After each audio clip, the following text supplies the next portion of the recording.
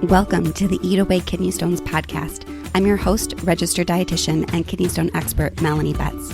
After learning a ton about kidney stones and helping people prevent stones at the University of Chicago, I was fed up with all the terrible advice people were finding online.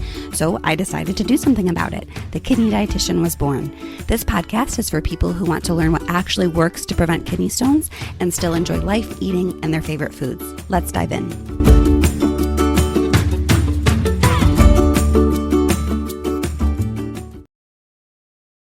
Hello and welcome to episode 93 of the Eat Away Kidney Stones podcast. I'm your host, registered dietitian and kidney stone expert, Melanie Betts, and I am thrilled to have a very special guest on the podcast today. It is a fellow dietitian, Lindsay Ducharme, and she is going to be talking a little bit about plant proteins and why we care about that, and why we talk about animal versus plant protein all the time in kidney nutrition. So I think it's going to be a really, really interesting conversation, and I'm thrilled to have Lindsay here. So Lindsay, thank you so much for being on the podcast. Thank you so much for having me. Excited to be here. Yeah. So let's start out with just share a little bit about yourself. What do you do? Where are you? Just, tell us a little bit about Lindsay.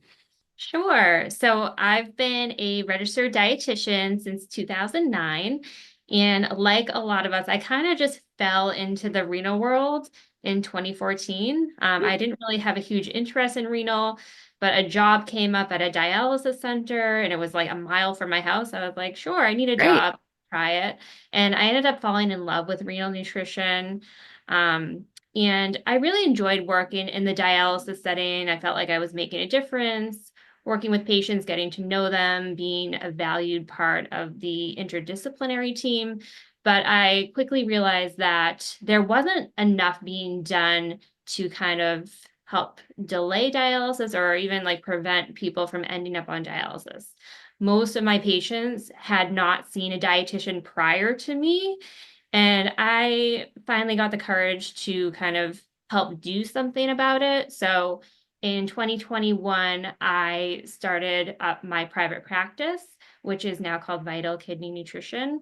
And I focus on helping people with non-dialysis chronic kidney disease so they can slow the progression of their kidney disease and delay or potentially just not end up on dialysis. Mm-hmm. So Yeah.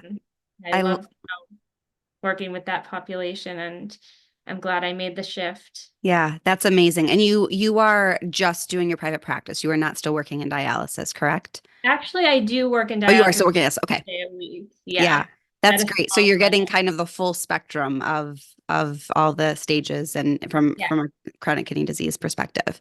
exactly. Yeah. Yeah, that's so cool. I feel like there are so many dietitians who have such a similar story, right? Like we're coming out of the woodwork. Like mine is a little different. I've actually never worked in dialysis, but I know so many people who have worked in dialysis and they're like, I enjoy it, but I just wish I would have worked with these people decades earlier. And it's driving so many dietitians to start their private practice because there is such a shortage of kidney dietitians in general, no matter what aspect of kidney health we're talking about. So I think that is so amazing because there is such a need. So good for you for taking that step because it's scary. Yeah. Yeah. Yeah. And also, I didn't realize how similar our stories were. So I also just kind of fell into nephrology about the same time. I'm not going to remember the exact year, but I want to say like 2015 or so, 2014 or 2015. I just like took a job at the University of Chicago. I was like, kidneys, I'll figure that out. Yeah, exactly. And then I also fell in love with it, obviously. And then I started the Kidney Dietitian in 2020. It was my COVID project, actually. My website went live in April 2020. So we're kind of the same. Who knew? Yeah, that's Yeah. So you obviously have kind of developed this passion for working with people with chronic kidney disease specifically. Why do you love it so much? Like what really what makes you tick? Like why do you do what you do? Yeah, so I feel like nutrition just plays such an important role for kidney disease. And we can see a lot of differences in patients' labs, blood pressure. So I love all these different data points we can kind of monitor so we can see progress because it's exciting when we see improvements in these things. Right. And I just feel like people with kidney disease, it's just really rewarding working with them because not only are you helping to improve their health, but people feel just a sense of relief when they finally get this diet education that they've been asking their nephrologist for and haven't been getting the answers. So just knowing the information and just being able to equip them with the tools to make better food choices, it just helps them mentally as well as physically. So it's just Yeah. really rewarding to, be able to help people in that way. Yeah. Yeah. I feel like both from a kidney disease and kidney stone standpoint, it's just people want to know what they're supposed to do and they go online. And of course, we know there's a whole bunch of terrible information out there. But it's just so rewarding to give people hope, right? Like to say, hey, this is in your control. There is something you can do, like a lot more than just take a pill. Medications are important too, but right, there's so much more that you can do to help prevent stones or prevent the progression of chronic kidney disease and make yourself feel better. So, yeah, I love that. Yeah. Yeah. All right. So, kind of moving into plant protein more specifically, because I know that's the topic on hand. Kind of in general, why do we talk about plant protein for kidney health in general? Like, what's so different? Like, why do we care about where protein is coming from versus, animal versus plant? So when it comes to kidney disease, one thing that can potentially hurt the kidneys is too much animal protein. So when it comes to protein needs, if you have kidney disease, I mean, we live in a country where everyone's protein obsessed, pushing protein Protein for, potato chips. right, Like, right. yeah. Yeah. But when it comes to someone with decreased kidney function, that's not a good thing. Mhm, Normally we're trying to keep the protein intake more normal at, mhm, it could be around the 0.8 grams per kilogram mark. But many people are just eating way more than this, and that could be not a good thing for their kidneys. mhm, So one good thing about the plant proteins, it's not as protein dense. So it almost allows you to, you know, eat without having to restrict. So, a lot of people, maybe they are told to limit protein with kidney disease. And, if they're just accustomed to eating the animal protein, they're just cutting back portions and maybe they're feeling a little bit deprived. But with the plant foods, especially plant proteins, you don't always have to restrict these because mhm. There's it's going so to be much less protein. harder to Hmm. exceed your needs with plant proteins. Yeah. Um, and then just all the benefits that come with them. We're getting vitamins, minerals, antioxidants, fiber. So, Mhm. there's a lot to benefit from these plant foods. Yeah. Yeah. I think we should maybe back up for our listeners and define what you mean or what we mean when we say plant protein foods. Because I think a lot of times people immediately think of, plant like meat substitutes, right? Like Beyond Burger and like Impossible Right. Burger. And like we could maybe have a conversation about our Right. perspective on those. But what do you really mean when you say plant protein? What foods are you talking about? Yeah, and that's a great point. So when I say plant protein, I'm thinking of the whole food, less processed plant proteins like beans, nuts, legumes, seeds, those kind of things. So Hmm. those are generally our higher protein plant foods Hmm. that we Yeah. want to be encouraging. Yeah, absolutely. And I also always like to point out that there's a little bit of protein in pretty much every food that we eat, other than fruit. Fruit tends to be very low protein, but even like whole grains have a surprising amount of protein and vegetables, right? So when people are Right. limited in how much protein they ideally should have, you can easily get enough protein from these other sources that we maybe don't even realize that there is protein in. Exactly. Yeah. Yeah. Yeah. So a question from a kidney disease standpoint that I'm sure people may be thinking, because I know that a lot of listeners are sort of struggling with both kidney stones and chronic kidney disease, is um, they might be thinking, well, you just said like beans and nuts, seeds, lentils, these foods are good for me. But I bet there's a 90% chance that people have given a list from their doctor that says that these foods are not good for them and because of how much potassium and potentially phosphorus they have. So do you want to comment on that a little bit? Right, right. And I'm sure all of us renal dietitians want those lists burned because so Yes, we many need to have a people big come to me. bonfire, like a nationwide bonfire. I know. Yeah. Yeah, but I mean, a long time ago, people thought that beans and nuts were not good for kidney disease because of phosphorus and potassium. But over the years, we've learned that, first of all, the phosphorus found in beans and nuts and plant foods, it's very poorly absorbed. We may be absorbing less than half of it because it's in a form, phytate, which our body doesn't absorb. So phosphorus really isn't a concern when it comes to plant proteins. Yeah. And as for potassium, not everyone needs to limit potassium just because they have kidney disease. And limiting it when you don't have to, it's not necessarily going to be beneficial in any way. Hmm. Because potassium is also needed for heart health, for keeping our blood pressure in control. Hmm. So we don't want to ignore these things with kidney disease. Yeah. Um, and also in plant foods, it's been shown we don't absorb 100% of the potassium either, just like phosphorus. Hmm. So it may not be as big of an issue as we had thought in the Hmm. past. Yeah, absolutely. I think there's a lot of guidelines coming out. KDIGO guidelines just came out, which are the global guidelines for chronic kidney disease, just like two or maybe uh, like 9 months ago or so. And they really didn't call out limiting any fresh fruits or vegetables or plant proteins, and instead talked about in terms of potassium, and instead talked about just limiting potassium from processed foods because we know that that is absorbed much more readily in our bodies, and also processed, foods that have that added potassium probably aren't going to have a lot of other health promoting factors too, right? Like a bean or a lentil or a nut would. So, Yeah, yeah. yeah, yeah. All right. So do we want to transition to kidney stones just a little bit? That is the topic of the podcast overall, although both topics are so important. So when we think about kidney stones specifically, why do we care about plant versus animal protein? And like, is it, are the recommendations different for kidney stones, or like what's going on there? Yeah, so one thing we know is that a high intake of animal protein um, is not good for people who form kidney stones.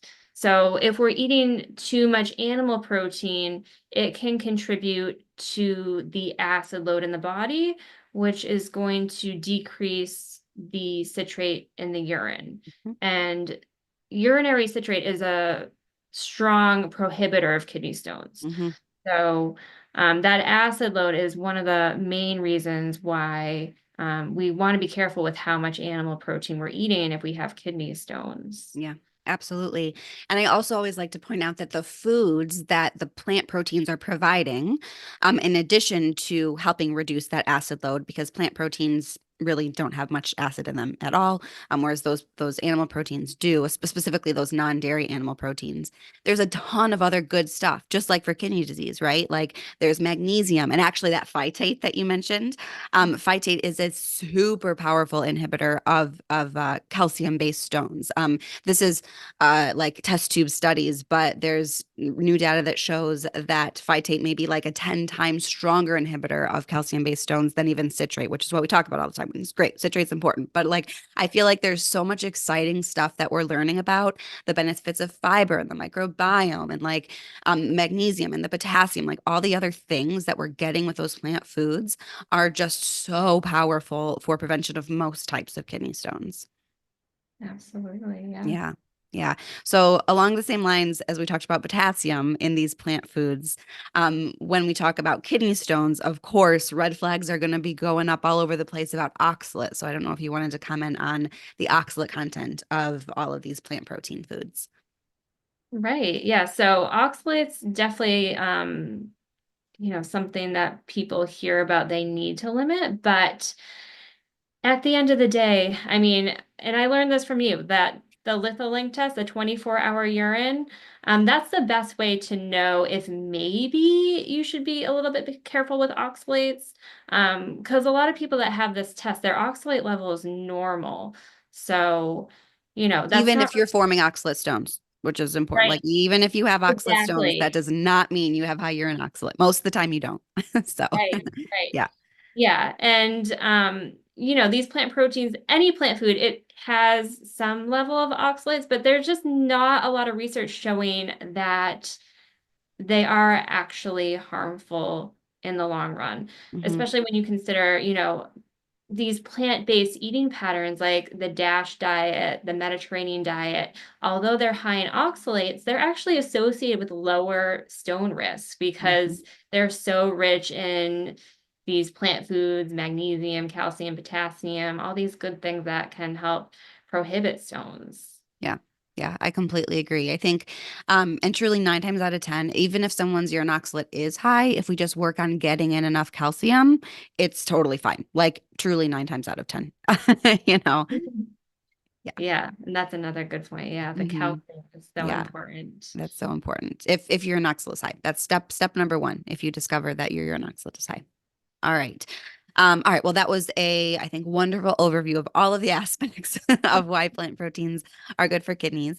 So now I wanted to transition to a little bit more like tangible recommendations for people because again, so people know like, okay, I get it, like beans, nuts, seeds, tofu, soybeans, whatever, like these are plant protein foods, but especially for someone who may not be used to eating these types of foods, that can be a really, really big shift. So what's some of your advice for someone who is on board with this? They're like, okay, cool. I want to maybe eat more plant foods, but like, how do I do it? Like, what's even step one? How do I get started with this? Right. So I always tell people start with plant proteins that you're familiar with. And one of my go-to recommendations is, something like a nut butter sandwich, like a peanut butter sandwich, or, if you're allergic to peanuts, sunflower seed butter. That's something most people like and Hmm. they're familiar with. So that's kind of an easy one to incorporate. And then I begin to, kind of brainstorm with people like what other meals do you eat that are maybe vegetarian? Like a lot of times pasta dishes come Hmm. up. And then you can even incorporate some of these legume pastas, like, they have the chickpea pastas, the lentil Lentil pastas, pasta. Hmm. especially if you're not someone who, likes eating beans. That's in a form that is acceptable for a lot of people. And, an easy way to get in these plant proteins without eating the actual beans Bean. whole. Yeah. Right. Yeah, absolutely. Yeah, I love that. I honestly don't even think about like a nut butter sandwich, but it's a great option, right? Some whole grain bread, maybe put some banana on it. Like that's a delicious option. Yeah. And Yeah. another thing I like to tell people, you don't need to be afraid of canned beans. Because I've had Mhm. people with kidney It's a disease great tell point. me, my doctor told me never eat anything canned because they just assume if it's canned, it's going to be high in sodium. But, there's so many unsalted beans, low sodium beans at most grocery stores Hmm. that it makes it a convenient option Yeah, and it, cost effective too. absolutely. I use canned beans all the time. I have I like don't have 10 time for the cans. cooking. No, I do not. Not at all. Yeah. And even if you are in an area where you don't have, the low sodium, like I sometimes can't find like the specific kind of bean that I want that's in the low Right. sodium or certainly the no salt added. You can just, even if you get like the normal salted version, if you rinse it, it's going to Mhm. reduce the sodium by about half generally is what I tend to tell people. So like that's still a really, really great option when you compare it to Right. eating sort of the typical American meal that's going to have a whole lot more sodium in it. Mhm. Definitely. Yeah. What are some of your other go-to plant protein recommendations? I have my favorite in mind, but I'll let you go first. So I also have been into lentils lately, Oh. and one thing in particular is making them crispy. So Oh, especially if I'm doing like a more plant-based meal, I like to have different textures. yeah. So if I'm doing a salad, like I'll add like crispy lentils to that because it just adds some nice crunch. And, lentils are a great source of plant protein. Or even I'll add them to like a bowl of some sort, like a grain bowl. I'll have some rice, cooked vegetables, and then the crispy lentils add a nice crunch to it. Yeah. But yeah, they're super easy to make. You How do you just make them? So you can use either just if you cook up some lentils or you get canned and you just like pat them dry. Hmm. And then I just toss them in a little bit of olive oil and some different spices, whatever you feel like that day. Hmm. And then you just spread them thin on a baking sheet, roast them for about 15 minutes at 425 or so, Hmm. maybe top it halfway through, and then you have crispy lentils. That sounds delicious. I will definitely have to try that. Yeah. I think I loved your point about starting with plant-based meals that people are familiar with, like the peanut butter sandwich. But I would encourage people to kind of like be open-minded. I think so many times we think, oh, I don't like a food because maybe we had it like Brussels sprouts are like the classic example. Like the Brussels sprouts that your grandma made like decades ago were like mushy and disgusting and stinky, but like Brussels sprouts can be delicious and there's gazillion for, and this is true for every single food, right? Like so many different ways to cook it and season it and prepare it. And so um I feel like having like making this transition to eating more plant forward does require some amount of kind of open-mindedness, unless you're okay with eating peanut butter sandwiches the rest of your life, which I would be miserable. I like Yeah, and I never don't even make recommend the that same either. recipe. Because you definitely need I variety need to variety, yes. Some sustainable. people don't, and that's fine, but I think Yeah. most people do.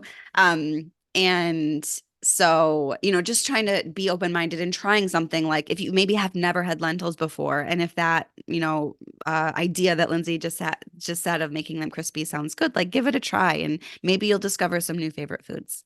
Yeah, yeah, that's so true. Because I've definitely tried some different plant-based options, since going into private practice just to kind of get some more inspiration. And I've been surprised at some of the things I've liked. Like I've made using tofu to make almost Hmm. like an egg salad. And I was really shocked at how good it was. And Hmm.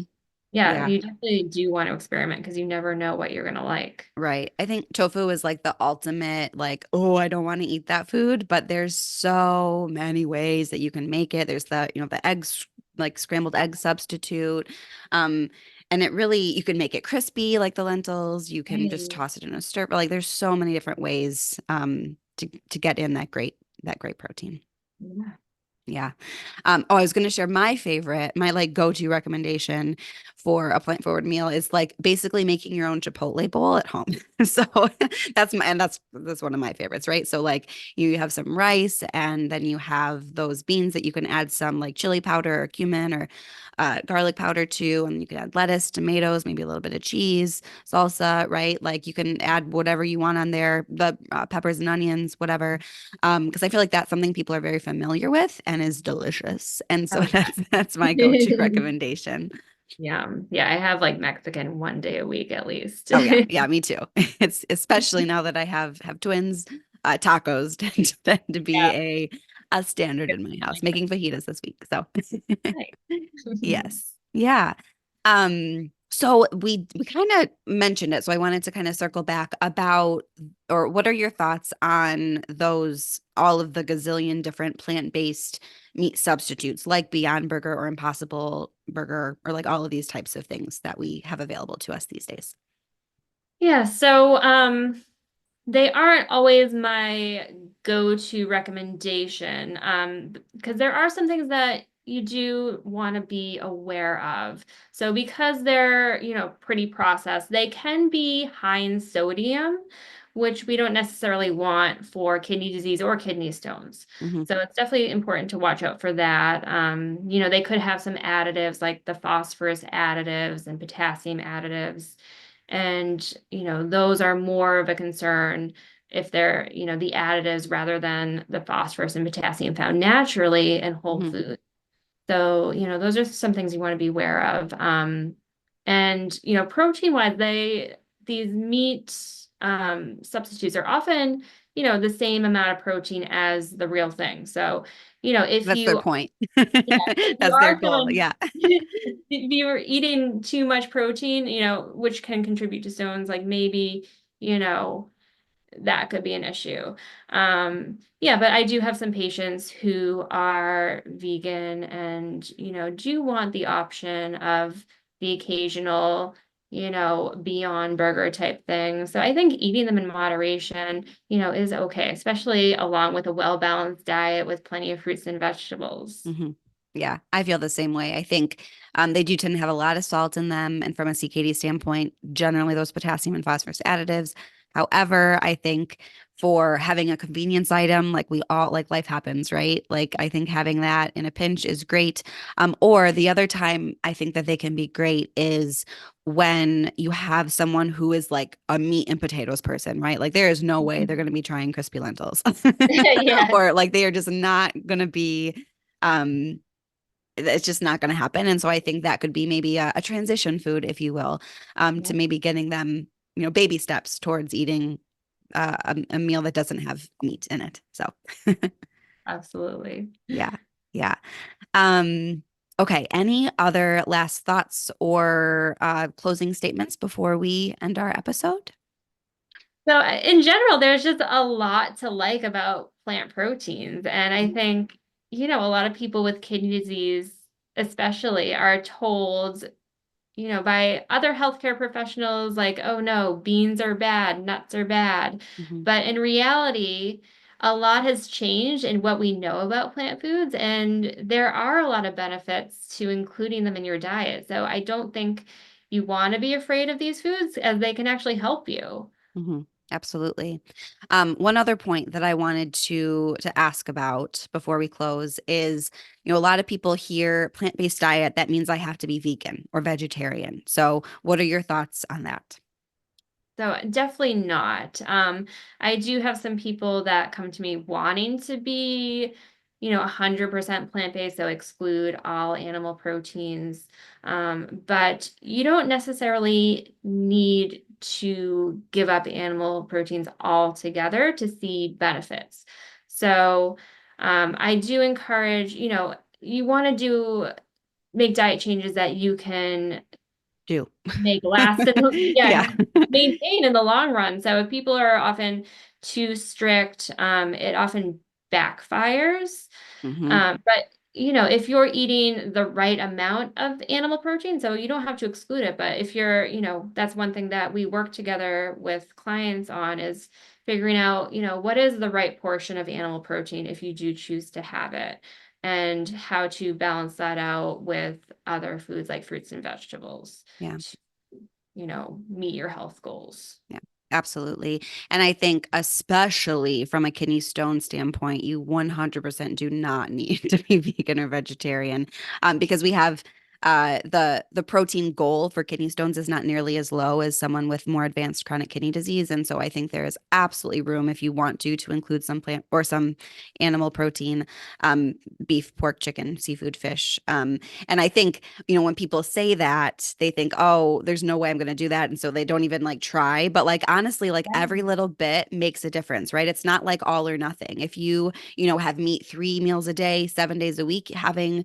just one meal a week, that can make a difference, right? Or maybe one day a week, right? And you can Yeah. kind of work up from there. But whatever makes sense for you in general, eating more plant foods is going to be good for you no matter what. So Absolutely. yeah, yeah.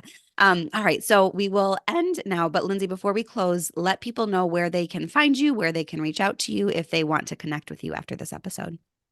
Sure. So I have a website, vitalkidneynutrition.com, where you can learn about my nutrition counseling services and how to reach me.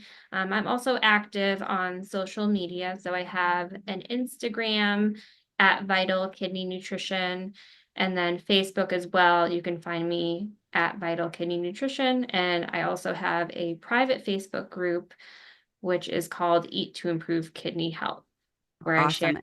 just information on diet and non-dialysis chronic kidney disease. Awesome. Awesome. Awesome. And I will link to all of those websites and pages and resources groups in the show notes. So definitely check that out if you're interested to connect with Lindsay. And with that, I will close this episode of the Eat Away Kidney Stones podcast. Thank you so much, as always, for joining us. And I will see you next week.